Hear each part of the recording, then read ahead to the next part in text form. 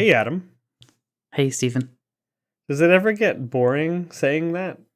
No, Like, that's the only way we do this, right? I mean, I love hanging out with you. What can I say? Saying your name over and over again is just, I guess, it's part of it, right? All right, that's fair enough. I mean, if we could change Uh, names. Do you want to be called something else? Estebancito. Estebancito. I like that. That's Uh, very, very gangster of you to say it that way. yeah. I mean, that's kind of. I feel like you're. When I was in Spanish class in high school, we had a name. Mine was David. David. I think your Spanish persona would want to kill someone. Wow. Okay. Estebancito. With kindness and love. Gracias. De nada, por Oh, supuesto. man. Well, it's been a while. We just released an episode that we had recorded a while ago, but I forgot about. So that one's that one is on Disappear into the Universe. If you haven't listened to it, we just released it. Go check it out. It's really good. We go some weird places in that one. Not weird, but like not about the book at all. I think We go into Stephen another disappeared. book. You disappeared from the universe after recording that. Exactly. Yeah. That's yeah. why it took a month or two to upload it. Exactly. That's why. Thank you very much. We're back and doing our best to get these made and to make more because it's so much fun making them. Even though we let our other non-podcast lives get a hold of us. And we've but we're now back. made 25. And we've made 25. We've made 25 episodes. 20. I was just thinking 25 at least hour-long conversations about a book. 25 books or 25 ideas. That's a lot of talking. It is about a lot nothing. of talking. About nothing. Yep, that's a great way to describe that. Thank you so much. You should be in charge of marketing for this podcast. We talk about nothing. Come enjoy 25 hours of nothing. Oh, man. Yeah, 25. It's crazy. I mean, we started this, I think, in 2022, maybe? Something like that. Yeah. I don't even remember anymore, but it's been a long time, and it's still just as much fun, if not more fun, I think. Yeah. So here's to the next 25. Yeah, and it's interesting. We'll see in this book today, there's a lot of overlap with books we've already read. And it was the first time that I thought about that. I said, oh my God, we're retracing material. That's when you know you've started to read a lot. It's good. It's fun to be there. Yeah. And for those people, if you're watching this on YouTube, we're now putting these on YouTube. And if you're watching and you see me coughing out a lung, it's because I currently have bronchitis. I've had it for like a month and it's just not going away. So I may be coughing. Sorry, not sorry. I can't help it. I'm taking drugs, but they kind of only work a little bit. And also I want to say this is a huge shout out to Aiden. So for those of you who have been waiting to reach out to us via social media or the emails or contact forms through our website, we absolutely take your recommendations seriously. A gentleman named Aiden got in touch with us and wanted us to do a Ram Dass episode. And so here we are with a Ram Dass episode. And we'd really love to hear from you. And if you have recommendations, if you have teachers that you want us to read about, and we'd love to do it. So today's book, I guess it's a good introduction. Today's book was Polishing the Mirror by Ram Dass. And Ram Dass is actually the very first, Adam's holding up a lovely, the mirror-like glossy cover of the book on Zoom.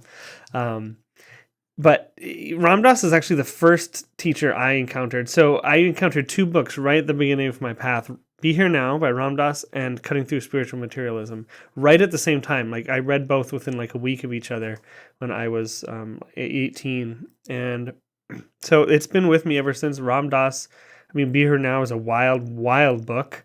If you've never read it, it is not like a normal book. It's basically a pictograph book. And it looks like a bunch of ransom notes somebody cut out of newspapers and put it on a page. But it's great. It's wonderful. It really opens your mind. Brown newspaper wrapping type paper. Yeah. It's crazy. But this, what I liked about this book, I'll just say right off the bat, was this is really a reflection after Ram Dass's life. So Ram Dass wrote this after he had a stroke. Like he was an old man when he wrote this, and so a lot of the book, we'll get into it, was a lot of the book was about death and preparing for death.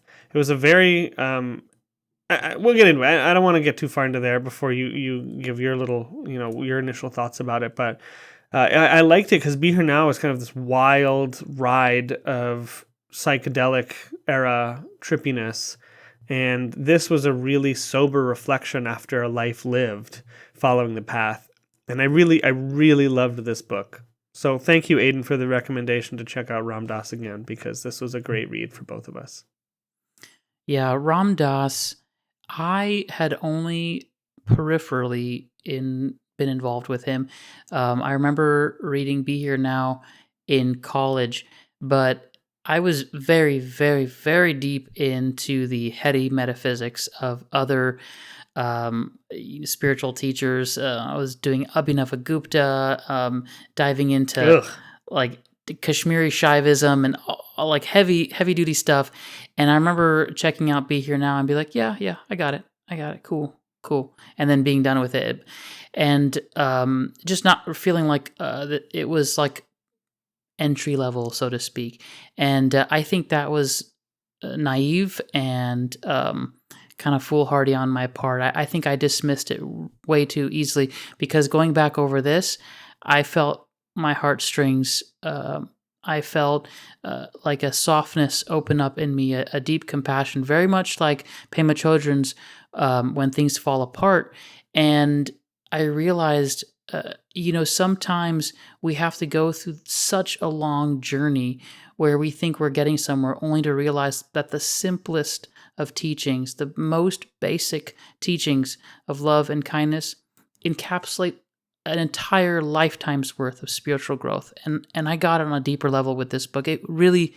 This book really helped me this past month, and it's beautiful because all of it's just simple. It's simple, but having done this now for well over 2 decades, the spiritual journey that is and path, I get it. I can see how Ram Dass can be in his 80s, talk about having a stroke, and talk about the simplest of spiritual teachings. And it was so nourishing to read. How about for you? Yeah, I had a very similar experience. I mean, it sounds like we both had a very similar experience. I would equate this to Pema Chodron's When Things Fall Apart.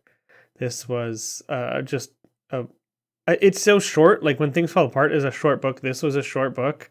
I think this might have even been shorter than When Things Fall Apart. I'm not sure. I actually didn't look at the page count. And I listened to it on the audiobook. But it was so powerful and so simple, just like When Things Fall Apart. There's no crazy concepts in When Things Fall Apart. This is even simpler. Anyway, 149. 140. I don't know what When Things Fall Apart was, but yeah, me neither. It's okay. It was an incredible book, and everything you said about the simplicity of the path, I came right back there as well. For me, that was my foundation was bhakti, which we're going to talk about a lot, and the different ways that one can be a bhakta, devotee of devotion, for lack of a better word. So, do you want to tell a little bit about Ram Dass for maybe the people who haven't heard of him or aren't as familiar with Ram Dass? Sure. So Ram Dass was born Richard Alpert. Let me just pull up the Wikipedia page. Richard Alpert, born in April 6, 1931.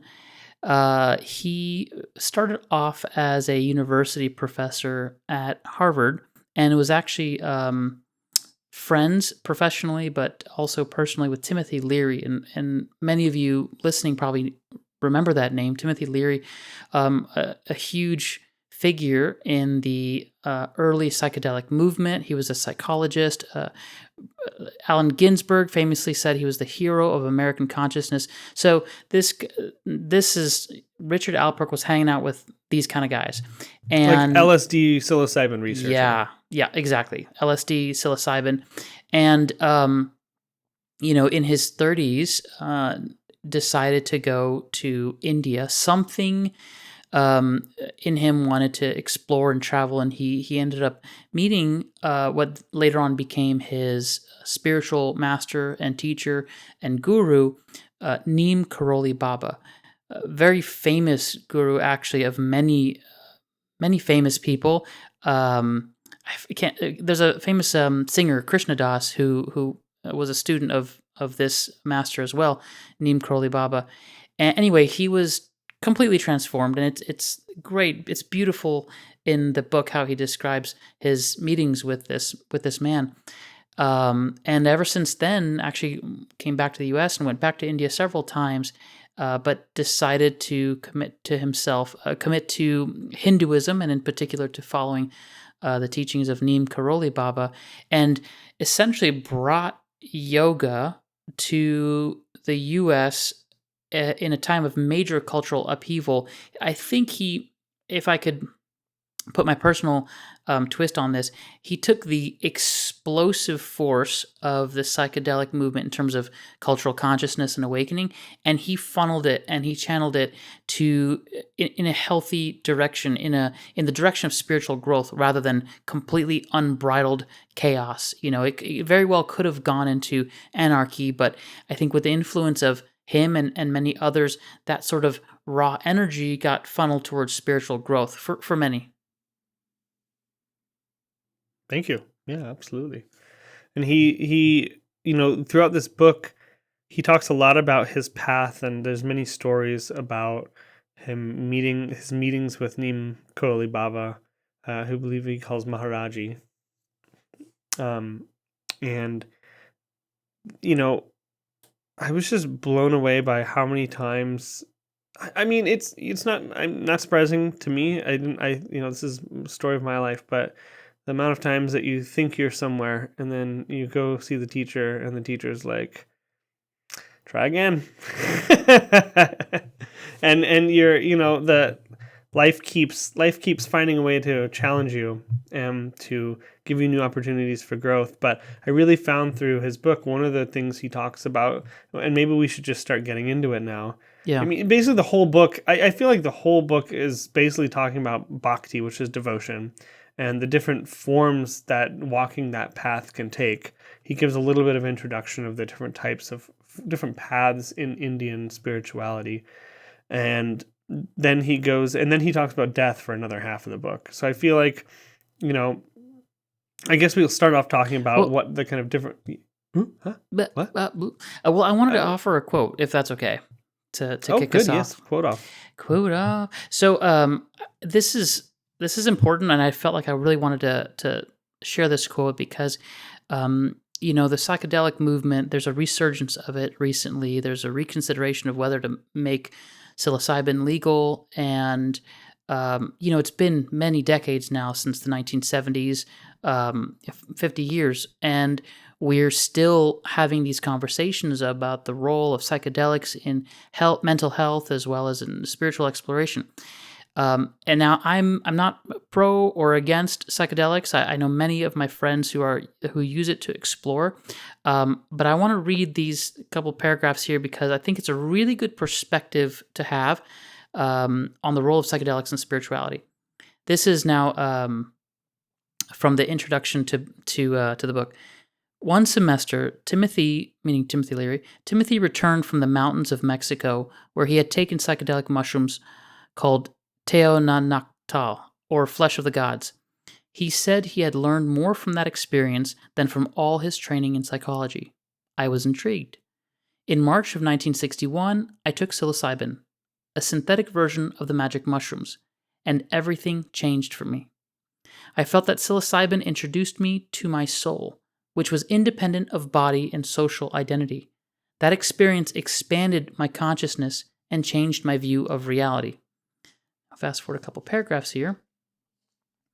I continued using psychedelics for 5 or 6 years, trying to stay in that place of enlightenment, that place of being love. I would get high and come down, get high and come down, touching that state of being love, but unable to stay there. I wanted to be free, not high. Ultimately, I realized this method wasn't working for me, and I began to sink into a deep despair. In retrospect, while psilocybin, as well as LSD, was critical to my own awakening, psychedelics are not necessary to the process of coming into yourself, capital S. They can show you a possibility, But once you've seen the possibility, to keep revisiting it again and again isn't necessarily transformative. As Alan Watts used to say, once you've gotten the message, hang up the phone. I really like that. I underlined it. I started because one, it's a kickback to Alan Watts, but also for those listening, absolutely explore. If you feel called to explore psychedelics safely, of course, we're not endorsing anything here, but do so safely if your intuition guides you. But remember, once you got the message, you can hang up the phone. And there's so much to say here about the need for spiritual mind training, where we receive the tools to anchor the realizations we've gotten from the mind expansive aspect of psychedelics. Anyway, that's a brief soapbox, but it's so important because this is what Ram Dass learned in the 70s, and I feel like it's a lesson that we can learn for those exploring that particular path of spirituality right now.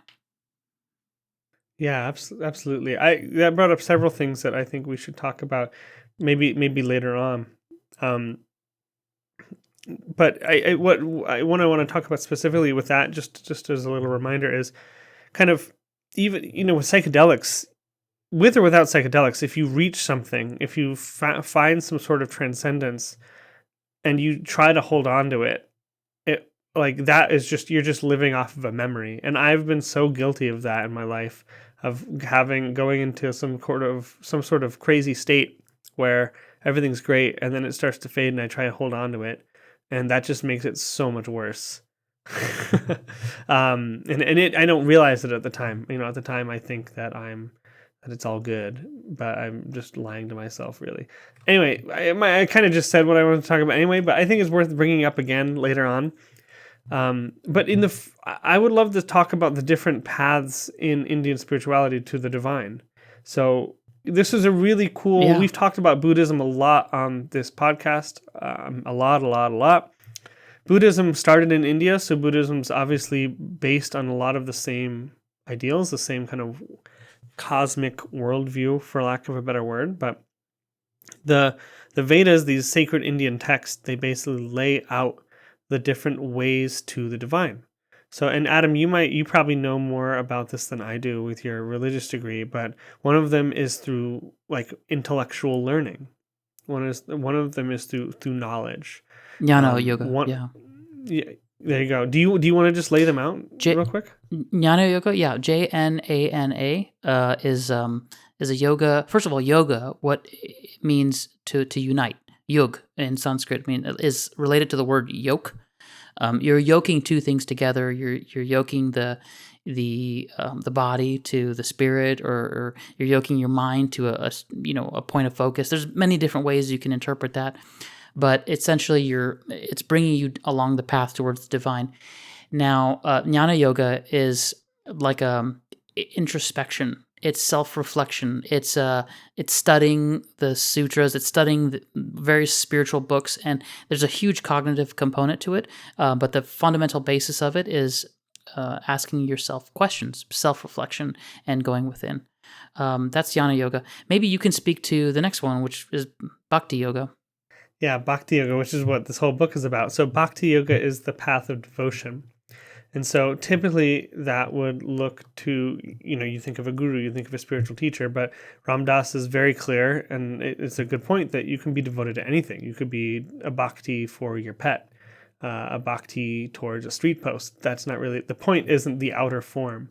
In the beginning it can be. So basically bhakti is, the way I could put it is this experiential merging with another through love.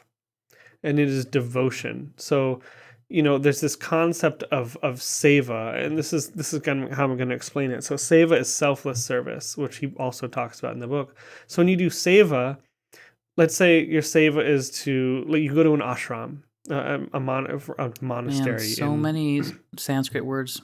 Ashram is a monastery in Hindu India, okay?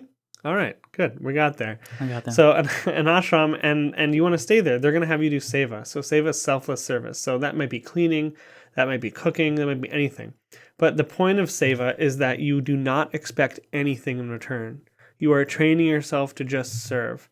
And that I feel seva goes along with bhakti very well, because and I'm trying to get to the gist of it if you've never really experienced it, but when you're doing selfless service, there's just giving. You're not expecting to receive. And the devotion that goes along with bhakti yoga is all about the merging with the other, the merging with the guru, the teacher, the street post, whatever it is.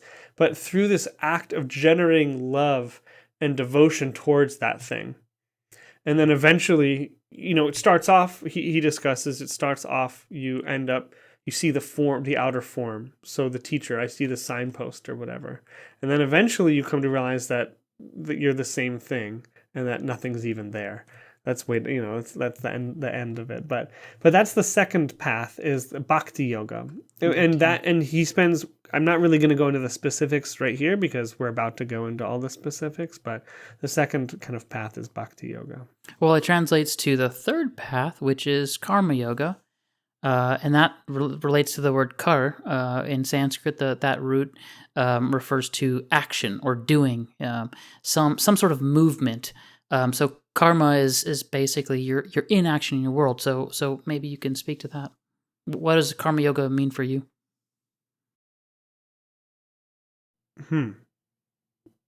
Honestly, I'm not gonna lie, I don't think about karma yoga too much. Even if I'm suppose doing karma yoga, I don't really think of it as karma yoga. I think of it as bhakti yoga. It's interesting. Just because that's the foundation of my experience, my spiritual experience, for lack of a word. Could you answer that question instead? Yeah. Spoken like a true bhakta. You filter everything through devotion.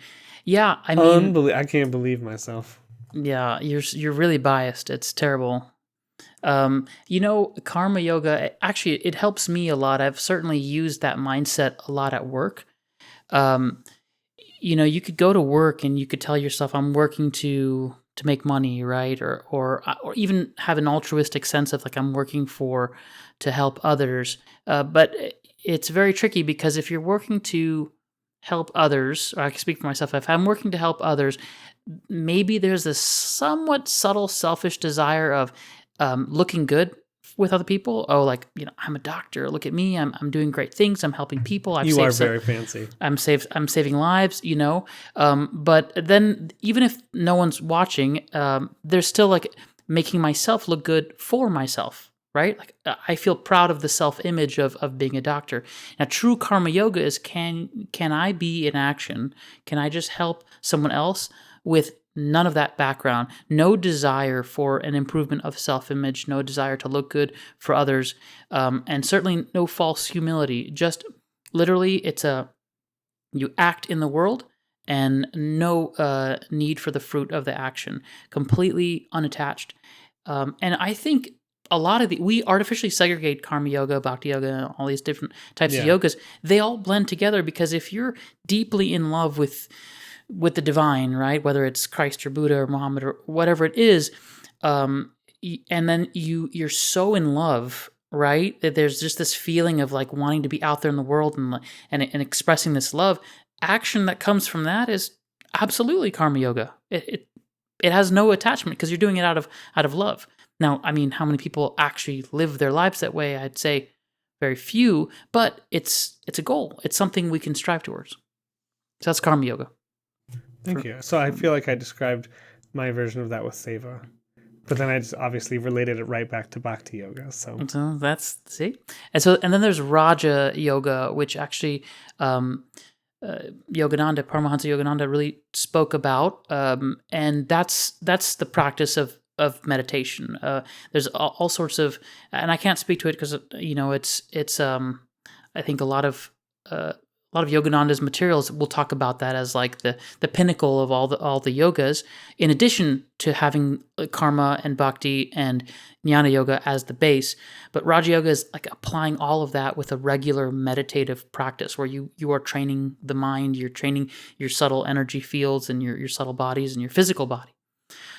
Just one last brief comment. Hatha yoga. Hatha yoga is, I wouldn't put it in the same camp. It is training the body, the physical body, to sit in certain or to be in a certain posture. And the idea was way back when in ancient India, these meditators, they would spend hours and hours, if not days, in one single position. And so they really needed to discipline their body to be able to handle that kind of strain. And the different movements and postures called asanas in Hatha Yoga nowadays are a form of exercise, but really it was to keep the body supple enough to handle the long hours of meditative practice. So I just want, for those who do practice Hatha Yoga, that's the background behind why you learn the movements you learn. Thank you. Welcome. All right, where should we go from here? Well, I want to share quote number 2, and this relates to the various practices of spirituality. For all of those of you who are starting to have your eyes glazed over by the Hindu talk, this next quote is for you. People first awaken to a spiritual dimension in their lives in an incredible variety of ways. Some people seem to open up to it through traumatic experiences, as people describe when they've come near death, or at another moment when they touch something much deeper than the usual way they thought about things. Other people awaken through meditation or through religious experiences. Others arrive at it through sex or through drugs. I remember lecturing in a hall once back in the early 70s. Most of my audience at that time was young, and they tended to wear white and smile a lot and wear flowers. I wore my mala, his prayer beads, and I had a long beard. In the front row, there was a woman of about 70 who had on a hat with little fake cherries and strawberries and things like that on it. She was wearing black Oxfords and a print dress, and she had a black patent leather bag. I looked at her and I couldn't figure out what she was doing in the audience. She looked so dissimilar to the rest. These talks were like a gathering of an explorers club, where we would come together and just share our experiences. I started to describe some of my experiences, some of which were pretty far out. I looked at her, and she was nodding and with understanding. I couldn't believe that she could understand what I was talking about. I was describing experience that I had using psychedelic chemicals, experiences that involved other planes of consciousness. I'd look over at her, and there she was, nodding away. I began to think maybe she had a problem with her neck, and maybe it had nothing whatsoever to do with what I was saying. I kept watching and getting more and more fascinated and getting more and more outrageous, and she kept nodding and nodding. At the end of the lecture, I just kind of smiled at her so intensely that she just had to come up and speak to me. She came up and said, "Thank you so much. That makes perfect sense. That's just the way I understand the universe to be." And I said, "How do you know? I mean, what have you done in your life that brought you into those kinds of experiences?" She leaned forward, very conspiratorially, and she said, "I crochet." It's available everywhere. I love it. I love it. Because my wife, she crochets, she does arts and crafts, and here I am, like, in a corner meditating and closing my eyes, and, I got some music on, and she's doing her arts and crafts, and we're both on the spiritual path. It's beautiful. Great quote. Good job. Yeah, I'm waiting one for you, man. It's hard because I listened to the book. Yeah. How am I going to get a quote from listening to the book? That's not we my haven't problem. fully. That's true. But I know you have more quotes, so I don't have to worry about it. Yeah, that's true. I do. Well, let's talk. I mean, so he goes and he talks about that, about the different paths and how, you can kind of get there from anywhere. And as long as you recognize something. So I think Adam, to you, what are you recognizing? There's a couple things that he said. This particular teaching is going to be my third quote now. And it landed so strongly for me, which is the idea of anytime you want to try to improve the world, anytime you want to try to help someone else, the only thing you got to do is focus on yourself. Anytime things fall apart, anytime someone else is going through a hard time, no matter what, if you just focus on yourself, because it's the only thing you can control. It's the only thing you have any semblance of domain over is your own mind. is your own mind and your own emotions, your own heart, as he would say, your own spiritual heart. And if you can just get to that place of loving everything and everyone, loving every moment, and really being fully in the moment, then others will change naturally. And you don't do that so that they change, but you just focus on loving, and then the transformations in others around you will happen naturally. I needed to hear that like 10 times because whenever there's a problem in my life, I immediately go to, okay, well, what's the solution? How can we solve this? And this book really came at a right time where there's a lot happening in my life that's potentially very stressful, but I just read this book and I had this wave of feeling like I just could sit back in the seat of my life. And I wasn't so in it, I could just take a step back, sit back in the chair, really feel grounded, and just watch it unfold in front of me and not need to change it, and just be loving with everything that was around me.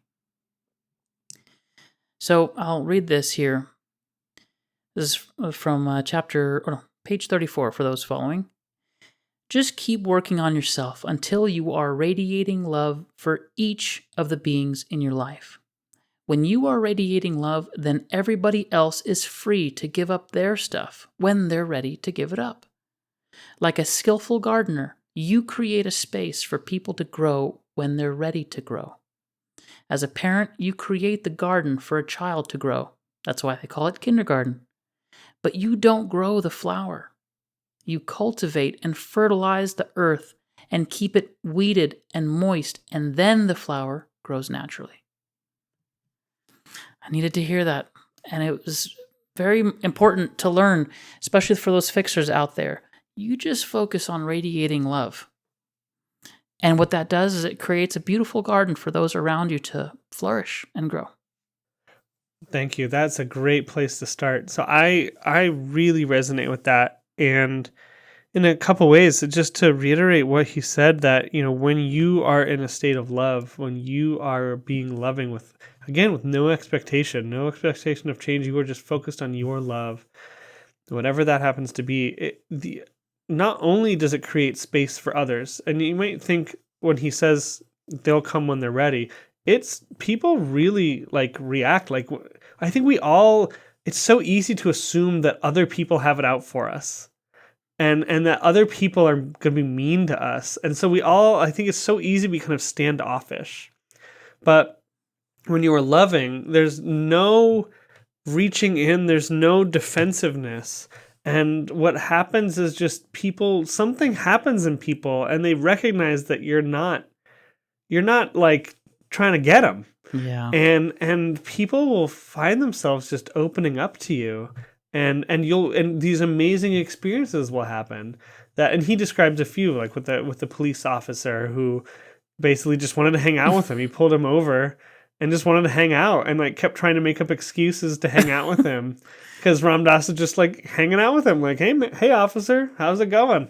He was I'm trying to remember now. He was driving a car in New York, and he was on his rosary beads, I think, and he was saying he had just barely enough consciousness to keep the car on the road, and he was praying to Krishna, and so Krishna is like a blue colored deity in the Hindu pantheon, a symbol of great love, for those who are in a devotional path, and so he was seeing all this blue, right, and then he sees flashing blue colors in his rearview mirror, and his first thought was "Oh, Krishna's come! Krishna's come!" Of course, it was police lights. But even then, his whole perspective, he viewed the policeman as an embodiment of this deity, Krishna, and that tells me something too. If you see the other person as an embodiment of the thing that you love, it allows for you to be able to love them more. So if you're a Christian, see the other as Christ, or feel that energy of Christ in them. There's many different ways of doing that, but it will bring out the love in you more easily. Absolutely, it will. Absolutely. And the other kind of place I wanted to go with this is right now, in the world, and it's always been this way, but I think right now it feels like the world is in a particular sort of pressure cooker. And it's so easy to, as you're talking about fixing, to like know the solution and to like say, oh, this has got to happen, and like fight against the stuff that we perceive as bad in the world.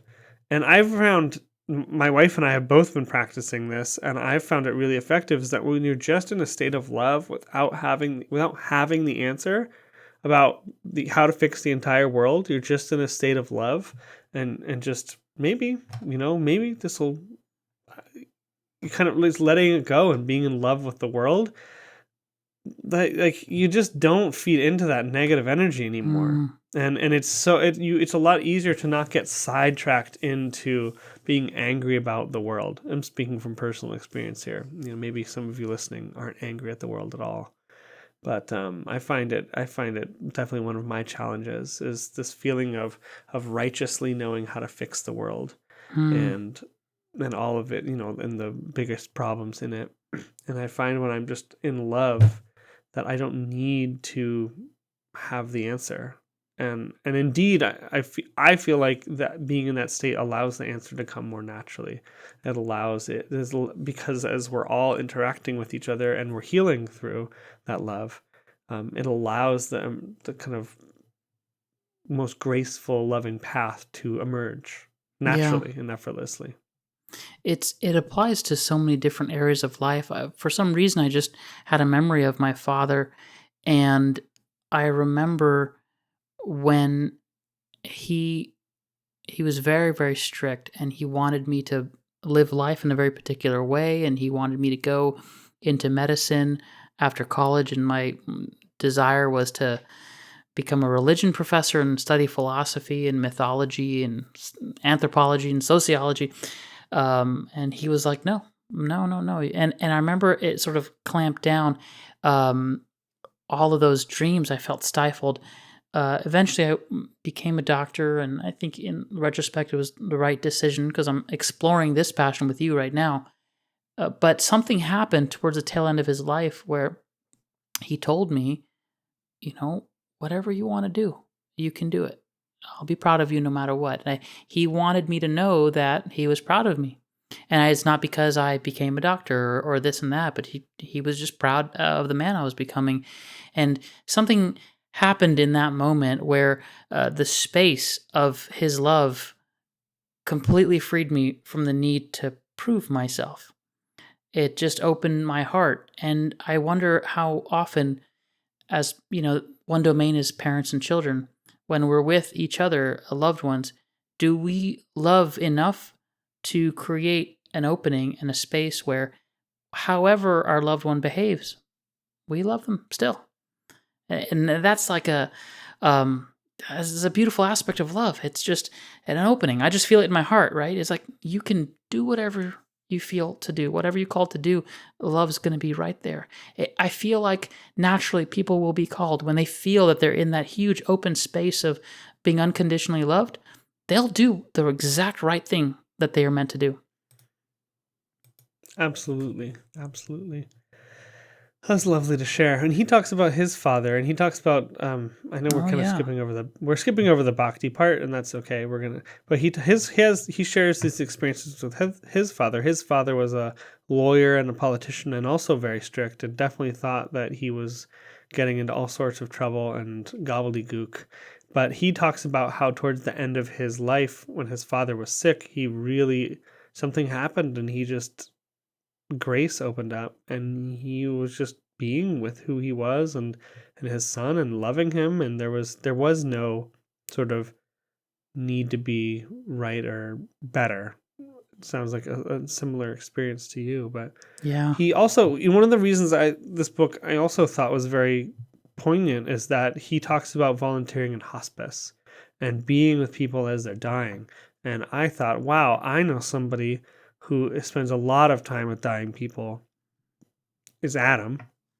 I And was waiting for you to be like, oh, really? Well, tell me, I want to meet them. it's you, believe it or not. Okay. And you and I have talked so much about the moments leading up to death, and what people do and don't do. But Adam and Ram Dass were talking about, have spoken about Ram Dass. Ram Dass. I'm so sorry. You're right.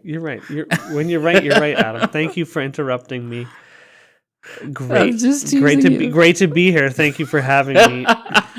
Yeah, okay. When Adam and Ram Dass have both spoken about the power of love in those moments, and that some people aren't really receptive to it even when they're dying, and some people, something happens and they just relax into the process of dying. And Adam, I'm just curious if you without sharing any sort of patient information or anything like that, if there are any quick stories you could tell when you have seen that in your own life. Oh man, I loved the dying aspects here. He talks about it. He even quotes Rainer Maria Rilke. Actually, I think I have that here. He just basically talks about the modern Western view. Rilke said, "Love and death are magnificent gifts which many of us leave unopened." Oh, I love that quote. That's one of the quotes I had for sure. Yeah. It really, love and death are both gifts often left unopened. Unopened is such a good quote, and I think it speaks to our Western culture. It's so true in Buddhism, in many Eastern traditions. Death is such an important moment of transition. It's arguably the most important, and we spend our whole lives to prepare for it. But in the West, it's completely unacknowledged. I mean, we ignore it, or we actively ignore it. We actively ignore it, yeah. And I've seen there's a new interest now rising about bringing humanism to the moment of death. Being patient and kind and creating a loving space, and that's great. Hospice aspect of it, and there's a huge, massive dimension to it, which is the spiritual dimension, and not necessarily religious, but the spiritual dimension. One, and it's predicated on a couple of ideas. One, that we are not only the physical body, that there is an aspect to it. You can call it the soul, spirit, consciousness, something, the mind. Something does in fact continue onward. And that something that continues onward is in the process of awakening, of realizing its true nature. Now, if we can take those two fundamental premises, I think we cover a lot of ground and a lot of different spiritual understandings and paths. If that's our fundamental ground, what are we doing to support the person in that context? And the answer in the Western world is nothing, zero, nada. And it's something I feel so passionately about. At the very least, when I'm with someone who I know is dying and they miraculously have the ability to talk and be aware, and that in itself is very rare because they sometimes are intubated or they have a massive brain bleed and they're not conscious. But in the case of one gentleman recently, like a month ago, he had stage 4 cancer, metastasized everywhere. He was he had weeks left to live, and mostly because he had kidney failure. And when your kidneys fail, your potassium rises, and unless you do dialysis, the potassium levels get so high that your heart stops. And he made the decision, he's not going to do dialysis, and so we told him, you have a matter of days because the potassium will rise that quickly. I remember his wife was sitting to my right. He was in a chair or a bed to my left, and I was just so happy. I couldn't contain my smile. It was very hard. I had a smirk on my face, because I was witnessing them both openly talk about the fact that he was going to die in a few days. They were talking about their children and making sure that so-and-so is okay and that they do their homework, and the wife was asking him some questions and he was asking her questions, and I was like, this is amazing. I love this. And she leaned over to him and she held his hand and she said, I'm going to miss you so much. And he started crying. And I just, my heart just blew open. And I thought, let's welcome death. Let's welcome death as the gift that it is, because these moments are so precious. If we can just be present with the power of the emotions and the feelings that arise, we can really honor each other in a beautiful, beautiful way. And he, to his credit, he looked at me and he's like, Doc, I'm pretty afraid. And I said, yeah, I would be too in your place. It's a big unknown. And he said, yeah. And then he was like, how many times have you had this conversation? And I was like, I don't know. It's been quite a few. And he's like, you'd make a good priest. I was like, thanks. Wow. That's a compliment. It is. Yeah, in the sense that, as a doctor, we're also helping deal with this kind of stuff. I remember that because it was one of those rare moments where, the patient and their loved one really truly faced death, and a really beautiful exchange occurred, and I got to witness it and be a part of that. This is a brief, very early plug, but for those who are interested in this kind of thing, I am actively working on a book about all of this, about my experiences of how I bring my spirituality to the dying process, to disease, to major life changes, and all the different stories I've encountered in the hospital setting. And I'm going to work on it. My plan is to publish it in 2025, but on my website that you can sign up for updates, adamrisby.com. I just wanted to share that here because it's I've never written a book before, but this is such a huge part of my life and such a big aspect of what I feel called to do, and I wanted to share it here. Thank you. Yeah, and feel free to plug that every time. Everyone sign up to receive updates on that book. Thanks, man. Yeah, what about for you when Ram Dass talked about death and dying? I know you very much dealt with that yourself and with your brother. Absolutely. So I think, I'm always present too, and certainly ever since my brother died, I've really been present to death and how quickly it can come and all sorts of aspects of that. But I think death is the greatest meditation for sure. That's a Buddhist philosophy that death is the greatest meditation. The Buddha said that.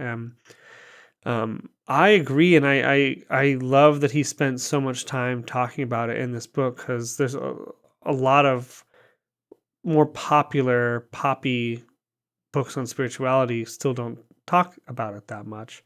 But he spent a long time on it, and everything you said, I'll echo, and I loved your story. But when my brother died, it was super sudden. Like, there was no warning whatsoever. It wasn't like, hey, I'm getting sick, I have a couple days. It was there and then gone. And so my struggle wasn't like slowly coming to terms with it. It was the shock of it, and then deciding, well, what do I want to do now? And one of the things I realized after the fact is I might have talked about it before here, that he used to talk really well of me and tell his friends about me and everything, but to my face, he hated me, and I hated him. It was not a healthy relationship towards the end of his life, but he would tell people, he still communicated that he loved me. And so I really realized after he passed, that I couldn't even hug him, or let alone tell him I loved him, and that what a shame that was. Because obviously he was just gone, and I wish that he'd known how much I loved him and how scared I was to tell him that. And so I made myself a pact after he died that I would never, ever let my fear come in the way of expressing love to someone, because I could see that we have no idea when we're going to die, and that if this life is about transformation and this life is about using the opportunities that we have, that I don't want to waste one pretending that I don't love everyone, which I fundamentally do. I fundamentally love everyone and want people to be happy. So that was a big one for me. And it wasn't, it's always a work in progress for sure. But I'm often reminded of it. I think about it all the time, and I definitely think about death every day.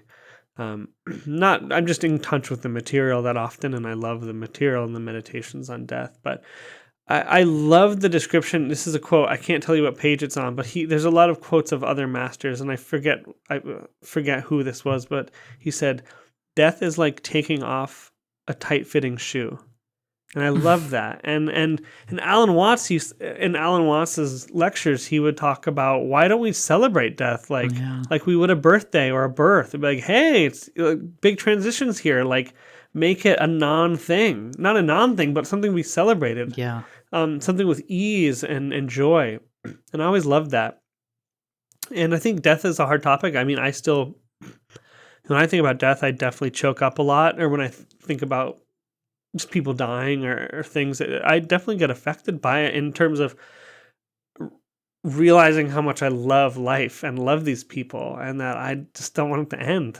And so I think I often think about it, think about death, because it's such a good teacher. Yeah.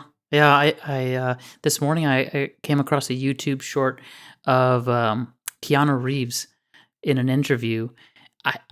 I'm really curious what the question was, but the short just started with his answer. He's like, I'm 59 now. I think about death a lot, and I think it's healthy. And I'm just really aware of the fact that I'm gonna die someday. And I really like that. I'm curious what the full conversation was in the interview, but it was just like this. They asked him what his favorite brand of pizza was in New York City.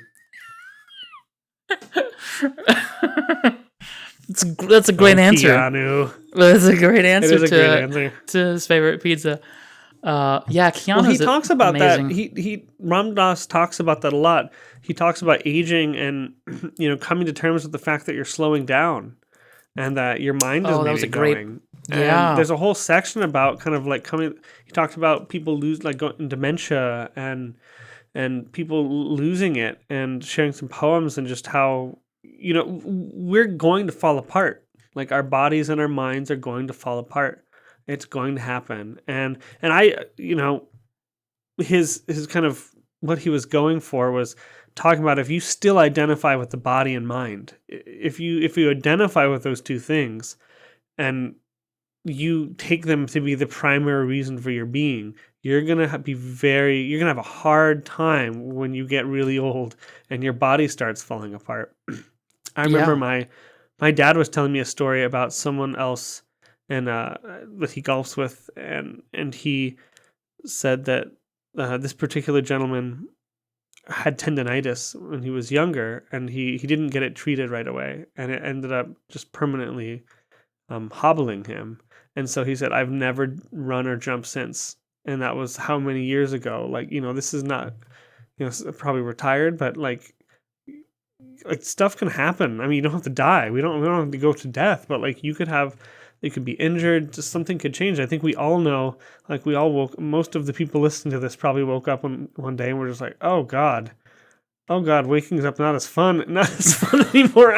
I hurt, or I'm not ready to be awake, or losing a little of that pep in your step that we maybe once had when we were teenagers and in our 20s. And so Yeah. I if you identify with that, if that's what your reference is, then he just talks about how you're going to have a hard time and contemplating it. And what does that mean? Okay, so if I don't identify with those things, even if you don't know what it is yet, even if you aren't a bhakti, knowingly, but what else is there then? What can I identify with? And he talks about the soul. He talks about the higher self, Mm-hmm. these aspects of ourself that continue going through the journey. He described, this is another great quote towards the end of the book, but he said, a Buddhist master was once asked, how long have we been doing this? How many lives have we been doing this? And he said, picture a mountain 3 miles wide and 3 miles tall. Once every 10 years, a bird flies over the mountain with a silk scarf in its beak, just slightly brushing the surface of the mountain. We have been doing this as long as it takes that mountain to be eroded by the silk scarf. This basically, we have. Oh my God. It's never ending. We're always on this path. We're always changing and evolving, in this life or another, and just contemplating death is such a good way to prepare for that journey in this life. And that can be disheartening for some. If you believe, of course, in reincarnation, and there are many who don't. That What, really? Oh, yeah, and I think it's perfectly fine. Um, yeah. It's so easy with you. Oh my Why? gosh. Why is it so easy with you? Oh my god. You were messing with me. Um, so I feel like I forget who said this, but I remember the underlying idea was, well, what's the use of worrying how many more quote unquote lifetimes you have? You're in this one right now. Yeah. Just focus on this. Just be loving. Yeah. Just keep doing the best you can in every moment. And time doesn't exist anyway, as many masters would Oh my say. God. So you're eventually gonna wake Wait, up. reincarnation was not everybody believed in, but time not existing. People, you just gonna drop that one Boom. without going there? I mean, maybe time doesn't exist, but I'm gonna tell you right now, it doesn't No, I exist. think we can talk about it in terms of spiritual experience. Yeah, I would say that a lot of people have the experience at one point or another that time doesn't exist. Well, let me read this quote. Until I was about 50, I thought of myself as a teenager. Around that time, I began to consider the possibility that I was an adult. I was busy being spiritual, and I thought age was rather uninteresting. After all, spiritual people are ageless, right? Once I turned 60, I decided I better see if there was any work I needed to do around aging. In past years, I was usually traveling on my birthday, so people couldn't give parties for me. This year, I let friends know I wanted a birthday party because 60 was a big year. I had several parties. I kept busy becoming 60 for about 6 months.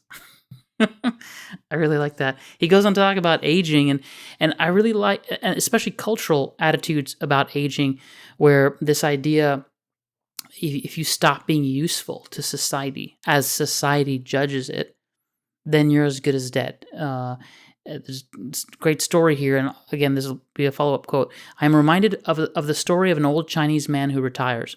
He is too old even to help the family work in the garden.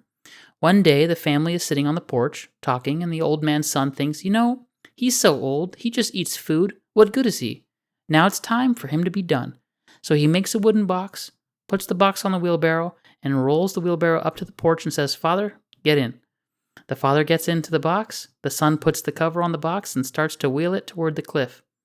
As he gets to the edge of the cliff, there's a knocking from inside the box. The father says, Son, I understand what you're doing and why you're doing it, but might I suggest you just throw me off the cliff and save the box? Your children will need it later. I like that a lot because in that one response, the father is saying, we all die. We all die. It's literally just a matter of time. And to just judge someone as unuseful and then throw them away, it's a matter of time before you would judge someone else to be unuseful as well.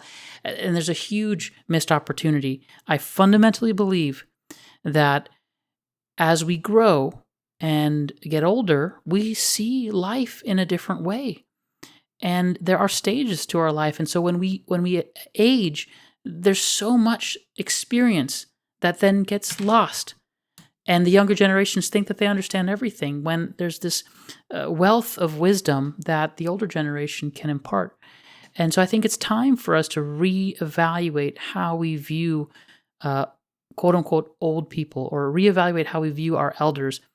And everyone listening here, no matter what your age, I think it's important for us to always first start with ourselves. So first go in and ask, what are my unconscious biases to old age? What do I view? Do I view old people as unhelpful or useless, or do I value them as carriers of wisdom that they can pass on? These are, I think, important questions for each of us to answer for ourselves.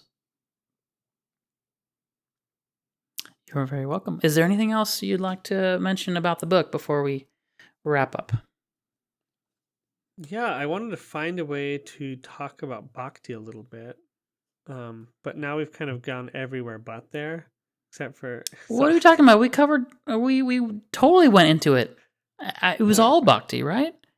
I mean, true. The death, the dying, the getting old age, helping people, being kind to people, doing seva, that's all bhakti, man. Why you gotta pigeonhole it? Everything was kind of suffused with it, wasn't it? It was.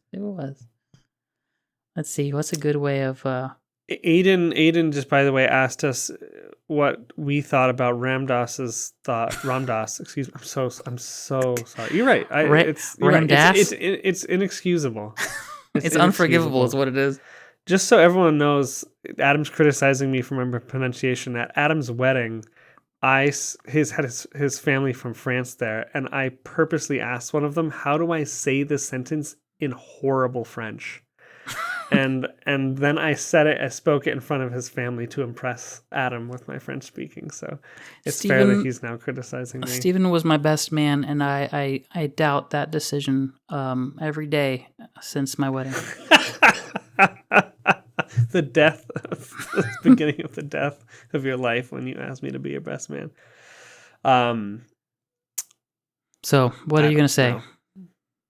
I was going to say, and I have talked about... How would you answer Aiden's question?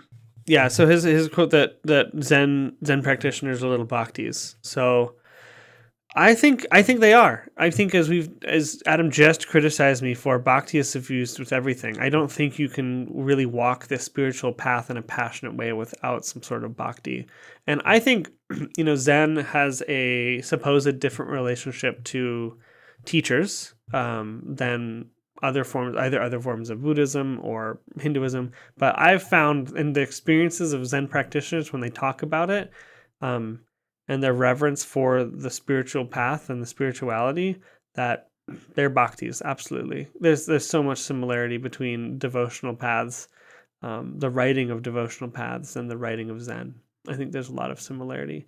I just think that it's just thought about differently. So I agree with Ramdas. My final answer. Thank you. Final Aiden. answer. I got a couple of quotes here. This was very helpful for me, and I think it might be helpful for all of you who are on your own spiritual path and may get disheartened at times with the lack of progress and feeling there's so much you have to learn, so much you have to read, or why you haven't made the progress you haven't made. I think these couple quotes are for you. My guidance is usually to go slow. Don't figure you're going to get enlightened yesterday. Relax. Just start to tune yourself to the spirit within. Don't make assumptions about how your path will go. You may say, finally, I've found my path, the practice that is right for me. But don't assume that practice is what you'll do for the rest of your life. Because the you who found that practice is, in the course of doing the practice, going to change into somebody else. A practice that was appropriate for you initially may not be useful further down the line. Keep staying open and hearing these delicate shifts and balances as they go inside of you. When I watch people over time, I see that they start out being very eclectic, trying different practices. Then they get drawn into one practice quite deeply. When they come out on the other end, like Ramakrishna, they can do all practices, and they're all the same. It's like a funnel or an hourglass. It all goes in one way through a narrow opening, and at the end, it spreads out. So go gently. Allow yourself to keep trying things on and going into eclecticism until you genuinely feel pulled into a deeper process. And I'll end here just a shout out to Chogyam Trungpa, since amazing how one of the teachers we've talked about, they actually had, they spoke to each other. They spent some time with each other. He shares here, actually Ram Dass went to one of his workshops and studied with Chogyam Trungpa. Once I was sitting with the Tibetan teacher, Chogyam Trungpa Rinpoche, and he said we would do this specific meditation on expanding outward. So we started to expand outward, looking into each other's eyes. After a while, he said to me, Ram Dass, are you trying? I said, oh, yeah. He said, no, Ram Dass, don't try. Just expand. There's this seeming paradox that exists between making effort and just allowing yourself to be, which are really two different planes of consciousness.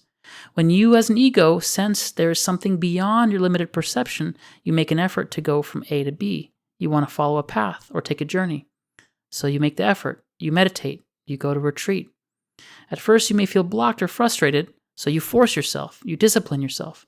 As the process works and you start to taste another level of awareness, you begin to see that those patterns of behavior the trying, and the frustration you experienced out of your desire for something else were all within the cause and effect structure of your karma unfolding and how the mind works.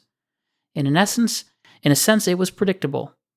That you even seek to get enlightened or to get closer to God is a tendency from your past actions that prepared you now for spiritual practice. So, don't try. Just expand.